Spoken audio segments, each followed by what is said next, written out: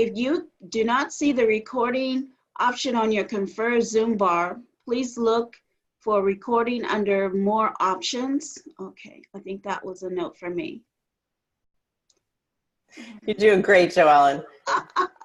All right, that's the end of the script, folks. Okay, let's just go to the next slide and we'll get started with our introductions. Thank you so much, Joellen. Hi, everyone. I am Michelle Pacansky-Brock, and I am the session host for today. I am the faculty mentor at CVC OEI @ONE, and I have the pleasure of hosting today's Canvas combo session. So you're getting more bang for your buck in this 45 minutes because you're going to hear two presentations. We're going to get started with the presentation by Don Carlisle, who is Instructor of Economics at Cabrillo, Modesto Junior College, and College of the Sequoias. And then we're going to go ahead and do 5 minutes of Q&A with Don. So he'll present for 15 minutes. We'll do 5 minutes of Q&A with him. And then we are going to move over to our second presentation, which is ConferZoom for Dynamic Student Conferences. And the presenters will be Brianna Kuhn, who is an assistant professor of English at Cuyamaca College, and she's also a facilitator of our @ONE courses. And Bree is presenting with DJ Hawkins, who is an instructional designer and English faculty member in the Riverside Community College District, and also a facilitator for @ONE. So we're going to get started with audio feedback, instructor interactions that motivate students, which will be presented by Dawn. And Joellen, you can go ahead and stop screen sharing now.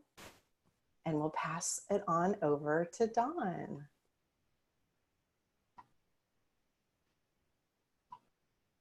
Let's see. Oops, here we go. Okay, can we see that? Yes. Okay, so do I still need to share my microphone piece, or can you guys hear me okay? We can hear you great. Okay, great. Okay, everybody. Well, Michelle, thank you for the introduction. My name is Don Carlisle. I will try to do this as timely as possible and with great respect to my follow-up or my next presentation here. So I will try to kind of mitigate or at least manage my speed accordingly.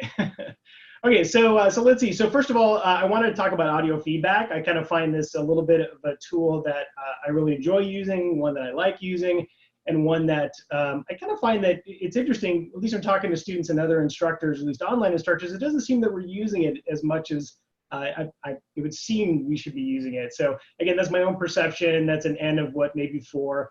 So that certainly is not enough to look at the entire system, but certainly something to engage me, or at least think I should maybe talk about this a little bit more. So quickly about me, this will give you some context about how I use audio feedback. I teach economics, that's macroeconomics, microeconomics, also a survey course or a principles course, and I also teach US economic history. So currently that's at 3 different community colleges, at Cabrillo, at Modesto, and also at College of the Sequoias. So hello everybody, if you're out there. Couple more things, my Econ 201 and 202, which is micro and macro, been OEI approved since 2017. And my 201 and 202 are also zero textbook costs or open educational resources that have been that way since 2018. So I've been teaching live and online since 2008. And then in 2014, it's been mostly online, a good probably 80% of my time. Okay, so I'm going to talk a little bit while I have these comments up here. So from my courses, I do a lot of surveying. I do surveys during the semester. I do anonymous surveys. I also do kind of like a bi-weekly, what I call a roundup post, where I ask students some basic questions. And I get a lot of feedback from students. The 2 things I get the most feedback on are zero textbook costs and then audio feedback. And so I wanted to share a little bit about that here. Now, I didn't start doing audio feedback just kind of, through some nudging. What happened is as I was using or doing speed grading, which we'll take a look at the demonstration in a little bit, but as I was using the speed grader to grade, I noticed that my text feedback was pretty good, and I use a rubric as well, but it was pretty good. But then there would occasionally be a time where I would like, well, it'd really be great to just talk to the student. And then I realized, oh, hey, look, there's audio. There's the availability of just giving audio right within the speed grader. So I started playing with it, and the response that I got from students was overwhelmingly positive. And so I really made it a point to do much more audio feedback. And so We'll talk a little bit about why I find audio feedback so compelling and some of the things to keep in mind, while setting those things up. And then we'll do a little bit of a demonstration here at the end. So why audio? Well, first of all, audio is really high quality feedback. In other words, you're not just doing a text message, and you're conveying a lot more information when you talk to somebody. And I think most of us know that. It's the difference between writing a letter to somebody or talking on the phone. Just from its qualitative difference, there's a lot there. Some of the other benefits about audio, it's very quick and easy. Once you kind of have your microphone set up and all your settings are aligned, then pretty much, once you get into Canvas and your speed grade, you just hit the media button and you're ready to go. Some other benefits with that is it's low bandwidth. It doesn't take a lot of processing. So Chromebooks, even an iPad, can very easily do that. Some of the bigger differences, obviously, with video is that it takes a lot more prep time. You've got to have your background okay, your hair's got to be all right. Other things, I like to grade it really at all times during the day. So sometimes that may be first thing in the morning when I get up, and I might be in a t-shirt, my hair's not exactly put together, and I'm drinking a cup of coffee, and I can do that without having to worry about appearance or anything else. So again, less preparation. You don't really have to be ready. You just kind of go. Other things that are very important, this is something that Michelle talks a lot about, it certainly humanizes the course. Students feel much more connected to an instructor when they're getting feedback, when they're interacting with somebody, as opposed to just logging in, kind of doing their stuff, and something happens kind of in the background, a bit like the Wizard of Oz. So in that sense, very much humanizing the course really connects the student and the instructor. And then, of course, we get other things which are very positive, of course, regular and effective contact. It's very individualized. Okay. Let's talk a little bit about equipment. So certainly a lot of people, when we first jump into, say, video production, and I know when I've gone to OTC or something else, we talk a lot about equipment for video. And video is great, but one of the things that is really nice about audio is there's not a lot of equipment that's needed. One other quick note that I'll mention here that's not on my slide is that I think the codecs, and certainly somebody from Canvas can elaborate on this. I'll see if I can find some more information out a little bit later. Is that the bit rate or the quality of the recording is not that high. And so it's good, but it's not great. It's not like listening to CD or some other type of digital, high quality digital recording. And so your microphone matters, but it doesn't matter that much. So I do suggest that you use an external microphone if you have a desktop setup. But if you have a laptop or an iPad or Chromebooks, a lot of times those have integrated microphones, and you don't need to do anything beyond that besides just kind of set it up and tune it. So that way it's not, blown out, or as you speak, it doesn't get, fuzzy or crackly. So I have used an iPad actually with audio recording in the Canvas Instructor app, and it works fantastic. It's really a great setup as well. So for those of you that may have an iPad, I suggest trying it out there as well, if you don't have necessarily a setup there. Now, my favorite is this particular version. It's called Jobber Speak. And one of the reasons why I like it, I actually have an extra one here. I'm actually using it here on my desktop, is that it has like an omnidirectional microphone, and there's other ones that have that as well. So I have an option that's here on the screen, but it just works really, really well. It's simple, but they're not that cheap, so that's the only downside. And I certainly wouldn't say you need to buy something expensive before you move into it. But there's that in case you wanted to know. So one other big issue is obviously accessibility. Accessibility is a really important issue, and there's kind of not two flavors, but two main issues for accessibility. The first one is class level and then individual level.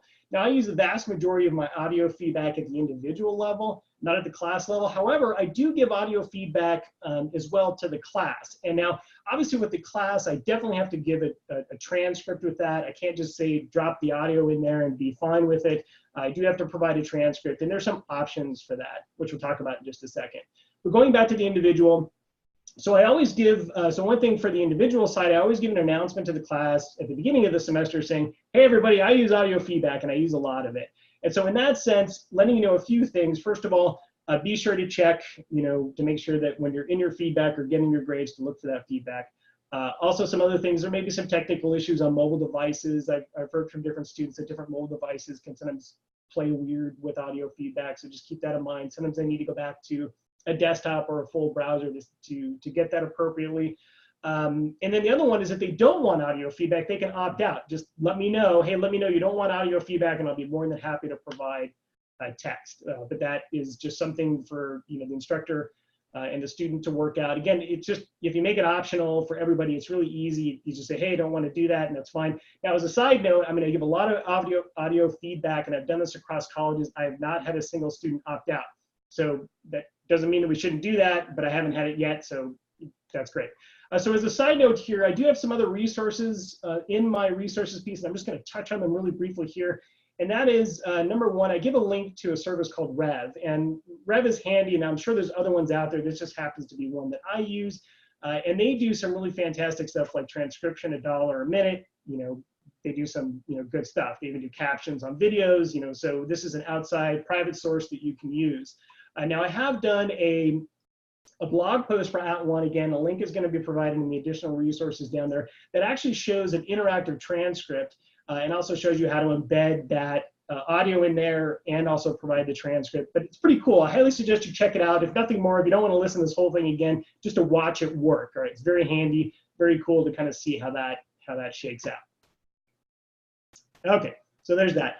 Other things, quick guidelines to really keep in mind, and this is before I jump into the demonstration here, where I actually show you how I do feedback, is some really key ideas to keep in mind. The first one is you really need to make sure your audio setup is just push and go. The last thing you want to do is, you know, have to plug in your microphone and set the levels and do some other stuff or move it around. You really want to kind of get into that zone where you have it set up, it's ready to go. So anytime you sit down and you start grading, even if it's for just 10 minutes or a full hour or whatever it is, and you're in your speed grader, you're able to drop in there and just hit the button, as we'll see in a minute, and go. You don't want to have to set it up, because any of those, what we call in economics at least, transaction costs will slow you down. You just say, I'm just going to do the text, and before you know it, you've kind of missed your opportunity. As far as timing goes, there is a little bit of a sweet spot there. You definitely, you know, anything under, let's say, 30 seconds just gets to be a little awkward, is too fast. At that point, I usually find that text-based responses are just easier. But typically, anything between about 1.5 minutes to 3.5 minutes is kind of the sweet spot in there. Anything longer than that, just like video, people will start to tune out, whatever it is, no matter how individualized it is. But about 2 minutes seems to be a really good mark. If you're going on for like 6 minutes, you're certainly going to have to stop and kind of take a step back and be like, okay, I probably lost a student, you know, 3 minutes ago. So try to keep that in mind. As you start this off, you always want to make sure you listen to your recordings, make sure you look at your tone, the material, clarity, speed, all those different types of things you want to try to keep in mind. Maybe if you have, you know, a partner in the home or a friend that can sit back and listen to it as you start practicing, just to get some generalized feedback is always good stuff. And of course, practice. All right, so that's there. So other things, just letting you know, there's one last slide on here. You guys can jump back and check this out. I'm not going to cover this now. I don't have time, unfortunately, but there is some more data here if you want to jump into it. Okay, so now let's take a look at how this actually works. So if we jump over here into, this is a sandbox or a master shell that I have over at Cabrillo College. This is one of my macroeconomics courses. It's one that I played around with, but I do have an example in here where we can touch on this and go through it. So right now I have a student, my test student actually is here and has submitted an assignment. So as most of us will see through different ways, dashboard or to do, I can go, okay, I have an assignment to grade, and so I'll automatically jump into SpeedGrader.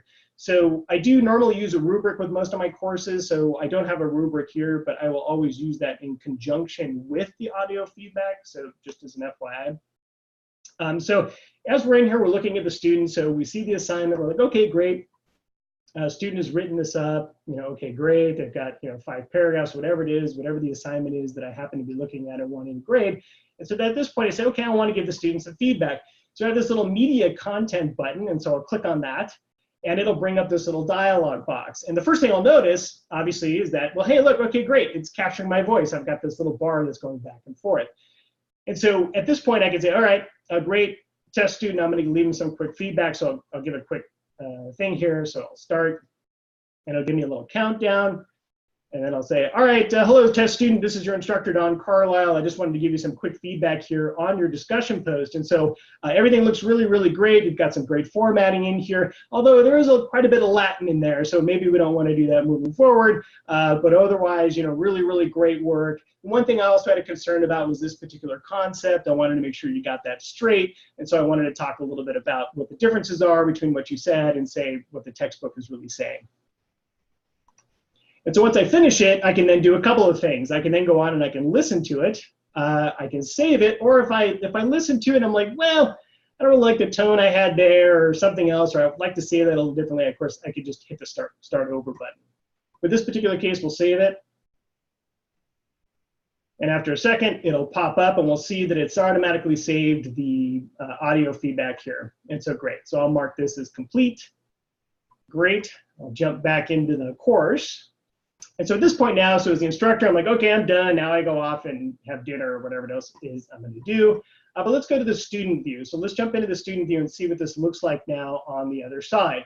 So I'm the student. I've logged back into my Canvas account. Now I'm taking a look at it and say, oh, great. Okay, grades are in. Yay. So now as a student, I go over, I check my grades. I'm looking at it.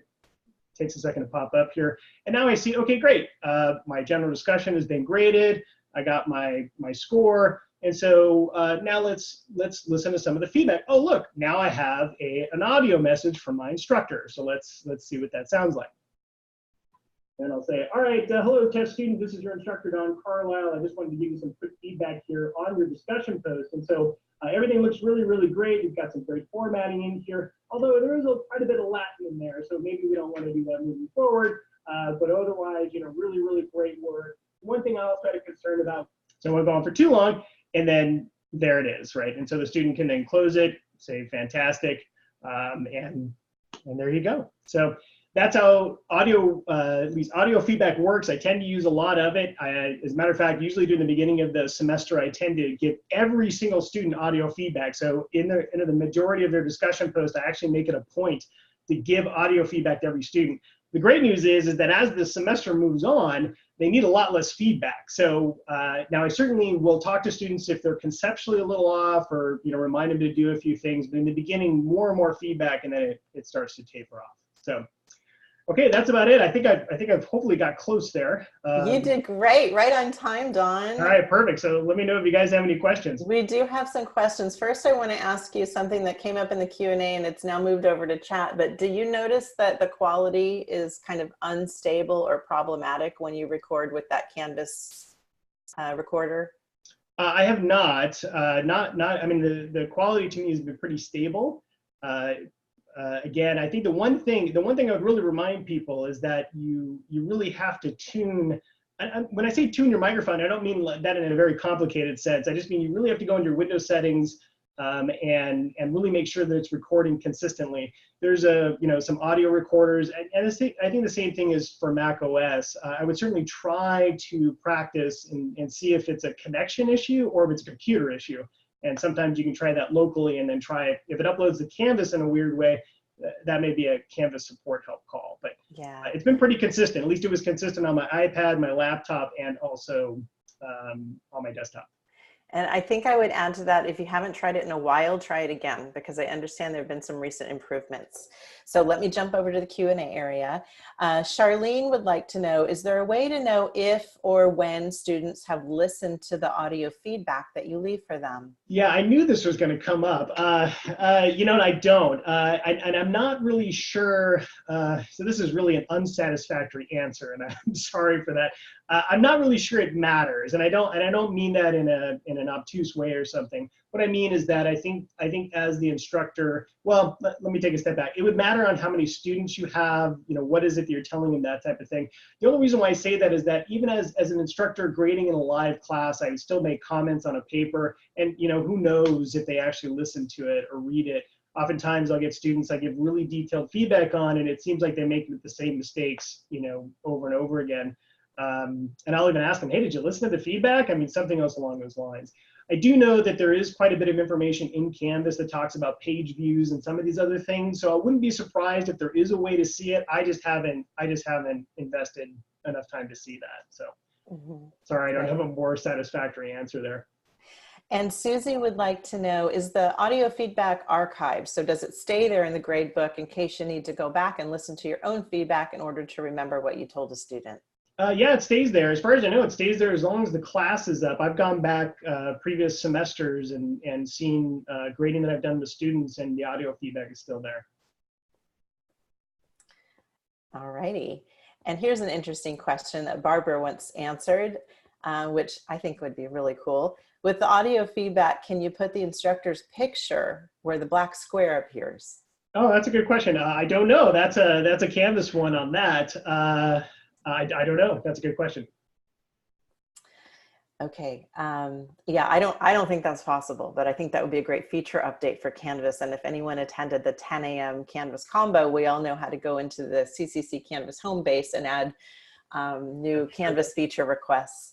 So one more question, and then we're going to go over to our next presentation. But Paul is asking a really important question here. I missed something, I think. Wherein do students opt out of audio comments? Do you want to talk about that again? Yeah, they can. Well, they just send me. I just ask them to send me an email. Just shoot me a message to Canvas to let me know to opt out of it. And that way it's private. I don't want them putting it in in the announcement where they say I want to opt out. I would just say, hey, shoot me an email, or contact me through Canvas if you want to opt out, and I'll do that.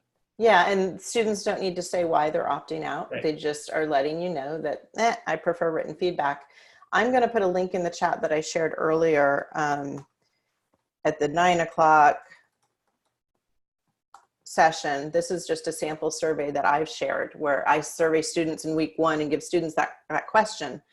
I say, hey, I'm going to leave audio feedback or video feedback. How do you feel about that? And give them the option, sounds great, or no thanks, I prefer written feedback.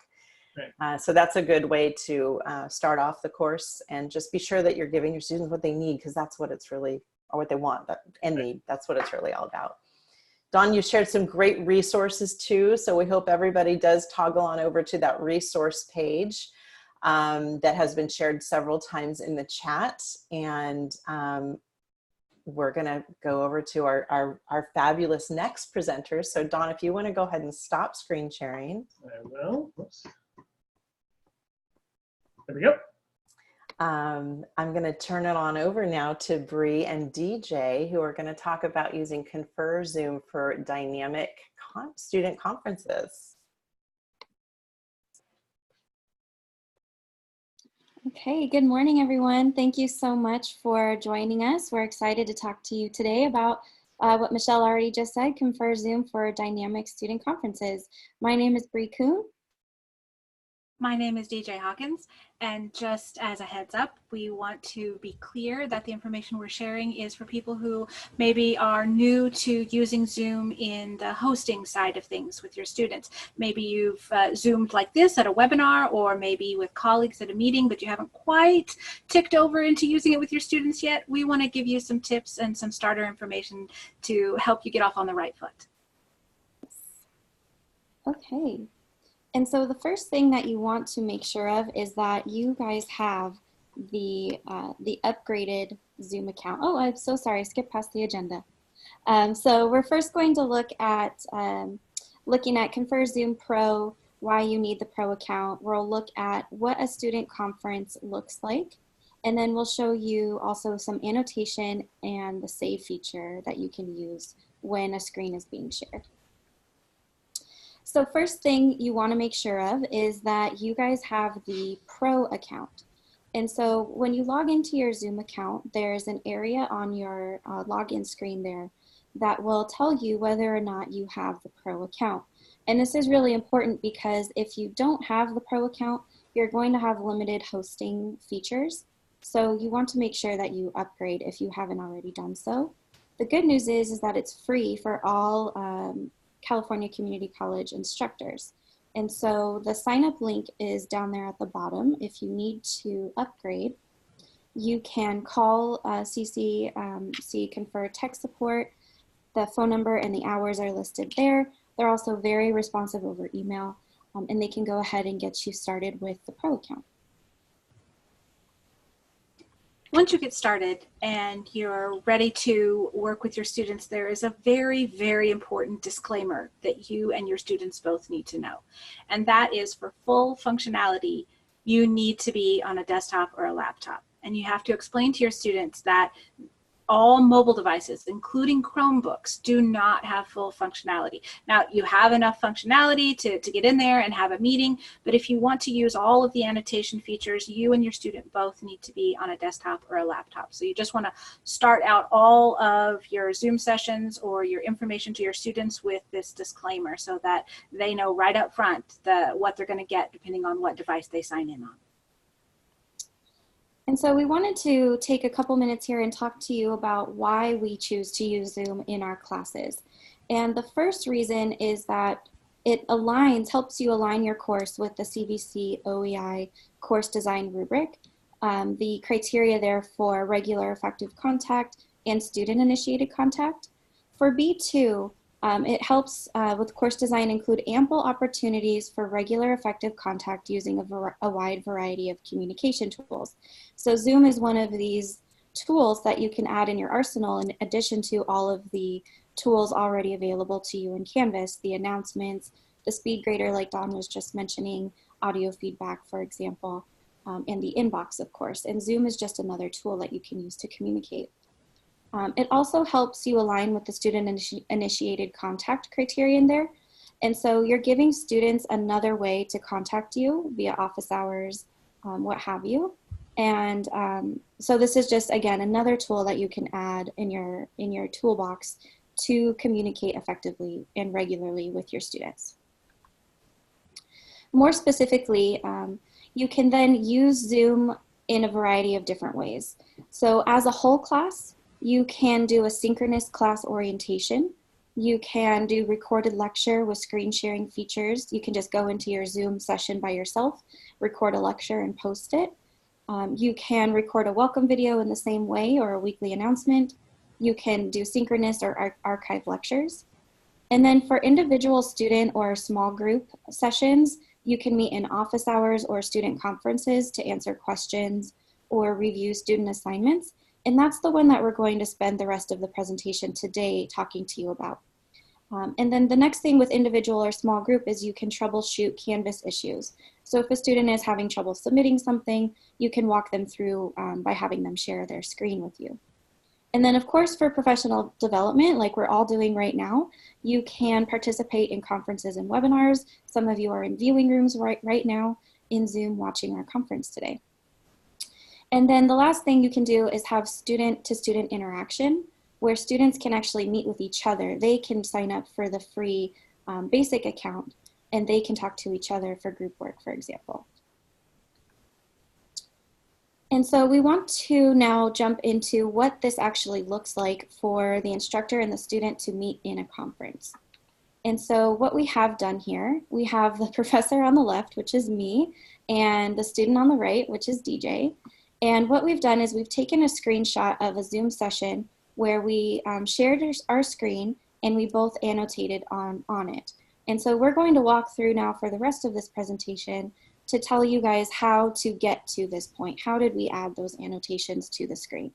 And so we're just demonstrating here how instructors can provide meaningful guided feedback on shared screens.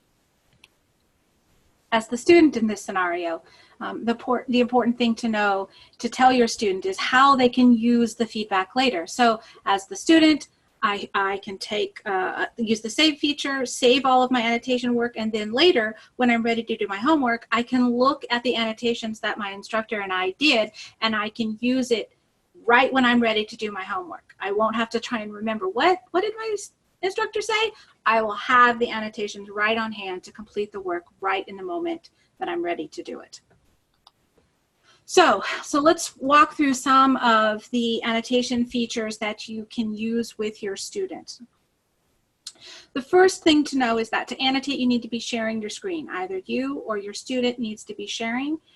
There may be a different button on your Zoom toolbar to get you started, but once you have shared your screen, then there'll be a little drop-down button that like for view options, and you can instruct your students to click on that to click on annotate, which will then open the standard annotation toolbar. Now, I want to take a moment to note here that if you're using an older version of Zoom, that your toolbar may look a little bit different, or if you're on a different operating system, or if you're on a mobile device, the toolbar may have the features rearranged or may not have full functionality, but this is what the standard annotation toolbar looks like. DJ, can I jump in super quick? Of course. I'm imagining all these people looking for these features right now in their Zoom toolbar. So let's just clarify that for Can Innovate, we're using Zoom Webinar. Yes, and you are demonstrating and showcasing the features of Zoom Meeting. So it's a little bit of a different interface. Yes, yes. This is for when you're meeting with your students, not for when you are participating in a statewide conference in the webinar feature. Thank you, Michelle. Good thing to know. And so now we kind of want to take you through, okay, what do these tools actually do? What do they look like on the screen? So the first one that you can use is Draw. So when you click on Draw, another window will pop up, and you want to choose the upper left-hand corner, the draw squiggly line there, the skinny one. So when you select that Draw tool, your cursor will change to a pencil. And then what we've done on these slides is we've shown you a screenshot there at the bottom of what it looks like to use that tool. So we actually drew the word pencil, or wrote the word pencil using the Draw tool, just so you can see what that looks like there. Another tool you might want to use is the highlight feature. So again, you click on Draw, and that brings the pop-up window, and right beneath the pencil is the highlight. The line is a little bit fatter of a squiggly line, and your cursor will actually change to look like it won't be the arrow anymore. And in our screenshot here, you can see that I've written highlight in the highlight function, and you can see that the line is thicker and it is more transparent. The next tool, this is one of my go-to tools when I'm annotating on a student paper, for example. It's the text tool. So right next to the Draw to the left on our screen here, you see the text. So once you click on it, a text box will appear, and instead of using a mouse or your cursor to draw, you can simply just type into that text box. And for me, it's easier. I'm not very good with using the mouse, so I prefer to type. In some versions of Zoom, and depending again on the device that you're using, you may have to click outside of the box once you've typed your comment in order for it to pop up on the screen for the viewer. So just a note there, the person looking at your screen may not be able to see it until you click outside of the text box. For all of these features, the Draw with the pencil, the Draw with the highlighting, and with the text, you can change the formatting. So there are 3 different format options that you have. The first is color. So when you click on the format button, a little pop-up window appears, and you see that there is a grid here of colors to choose from. We changed our screenshot here to show you that you can draw and highlight in all of these different colors. Another thing that you can do in the Draw and the highlight is to change the line width. So again, we have demonstrated here the 4 different line widths possible for the pencil and the highlight feature. In that same formatting pop-up window there, you'll see the bold, italics, and the font size. This you can use with the text tool. And so once you select text and format, you can bold, italicize, or resize your font. And so what we've shown here are 3 examples of a text that's bolded, italicized, and resized for you, just so you can see those 3 options there for you. And then the next tool we'll show you here is the stamp tool. Something to take note of, in older versions of Zoom, the stamp tool may actually be housed under the Draw tool. So it just depends on where it appears on your annotation bar, but you should be able to see it. So you can select stamp, and then another pop-up window opens, and there's 6 different stamps to choose from. And once you select a stamp, you can just start clicking on your screen as many times as you'd like, and it'll keep stamping with exactly what you see there. And those sizes and colors are preset for the stamp, so you won't be able to edit those in any way. Once you have done all of your annotations, but before you and your students scroll, this is very important, the annotations do not scroll with you. So before you scroll your screen, you want to talk to your student about using Save. So you're done with all of your annotations, and the student's like, okay, this is really helpful. So you say to your student, let's save. So the student clicks on the save button. And what happens is a little notice will appear on the screen, this little green bar, whether you're using a Mac or a PC, and it tells them that a screenshot has been taken and saved either in a folder or in Finder, depending on what operating system they're working under. And then they can go and they can access that saved work, that saved annotation at a future date when they're ready to complete their homework. The last tool that we'll talk about now, so once the student has saved their screen, you can choose to clear the annotations. And once you click that clear button there, another pop-up window opens and you have 3 options. You can clear all drawings, clear my drawings, or clear viewers' drawings. And just a note here, the viewers will only be able to clear their own drawings. So the host is the only one who's able to clear all drawings. The next kind of just note is if you would prefer to just clear the very last annotation that was made, you can just click the undo button, and that will only remove the last drawing instead of a whole set of somebody's drawings. And that's so that you don't have to start all over. But once you clear all the annotations, you can then have your student, for example, scroll down on their screen, and you can begin marking the next section of whatever they're trying to show you. And so that was a really lightning fast kind of orientation to the Zoom annotation and save features. And we will be happy to take any questions. Thank you so much. That was very, very helpful. I'm looking at the Q&A, and folks, you are welcome to go to Q&A and upvote any questions. They'll kind of bubble up to the top, and those are the ones I'm going to focus on. So Jackie is asking a great question. She says, how do you handle getting a convenient time for all or most of the students? Okay, there's 2 ways to approach this. You can send out a poll, and you can just ask students when their most convenient time is if you're trying to get the whole class together. Another way to do it is you as the instructor, you pick 3 times and try and have it be representative of mornings, afternoons, evenings, possibly weekdays, weekends, whatever is convenient for you. And then just know that you're going to repeat the content twice within the week and archive it for the students who can't attend. I have yet to get 100% attendance on a whole class. It's much easier for me to schedule individual one-on-one student conferences with students, because then I'm just dealing with scheduling with each student. I pick a block of time, I send it out, they say when's good for them. So it depends on if you're trying to meet with the whole class, and then you have to like put some kind of poll out there, or choose random times that you feel works best for them. Great options. I put a link in the chat also about using the scheduler appointment feature in Canvas. If you're integrating it through Canvas that way, yes, you can put your availability into the scheduler, and then the students can choose what works for them that way, yes. Another idea. And Jacqueline is asking,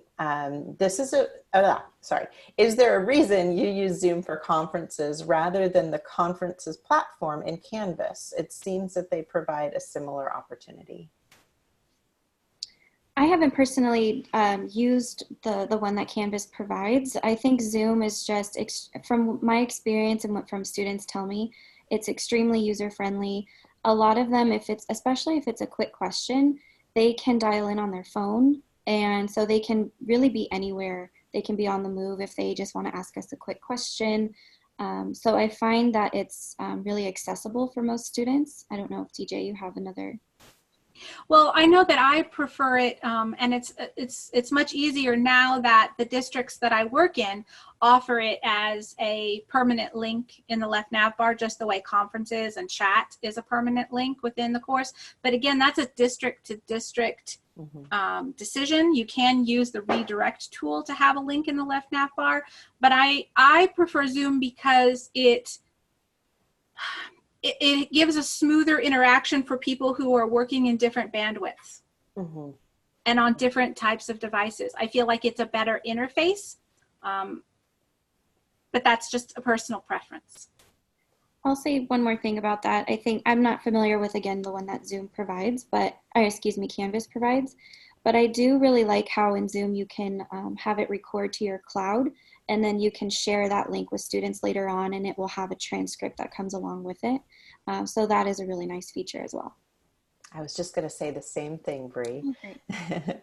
A couple more questions here about the annotation, that kind of that interaction there. Susie's asking, is there a way to see who is contributing and when annotating? For example, can I see that Jill has provided a text comment or that Jack has highlighted something?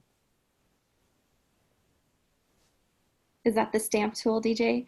I think if you have, so one way is, I'll go back, I can go back really fast to the stamp slide, but I don't think we have a picture of it. There is a under Spotlight. We didn't cover the Spotlight feature because it's different, but under the Spotlight feature, there is an arrow with the student's name or with the person's name on it. So if you're having like if you have a group of students and you have each student point at something different on the screen, if you use the Spotlight arrow, then it does have the student's name.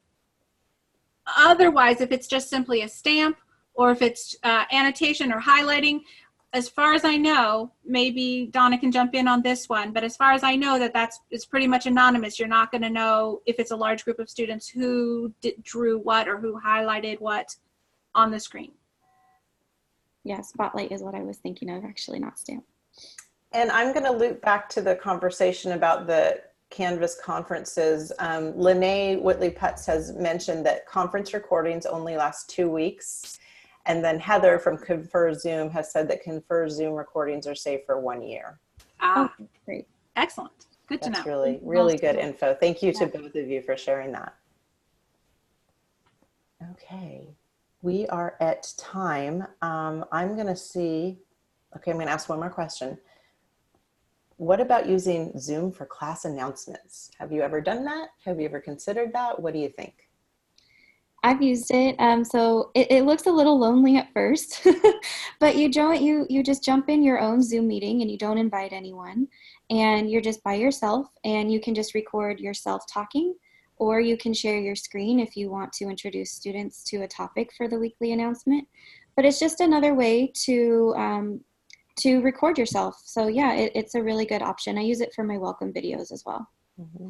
And because Zoom does have the closed captioning feature when you save it to the cloud, which that's the pro level. So you have to upgrade yourself to the pro level, and then you get access to all of these features. And one of them is the closed captioning. And closed captioning is really good. Occasionally I have to go in and change something if I'm saying a word that didn't capture right. But then I've got a quick announcement that I can push out to my students, and it already has the closed captioning on it. So I use Zoom to send out class announcements all the time. Excellent.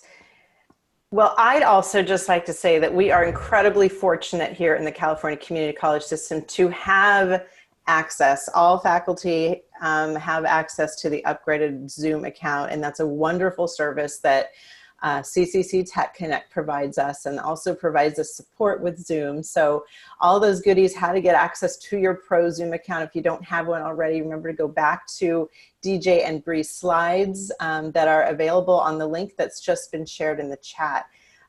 Thank you. We're out of time. This has been an incredible session. Lots of wonderful takeaways. Thank you so much to Dawn and DJ and Bree, and to Joellen for co-hosting today. And thank you to all of you for attending.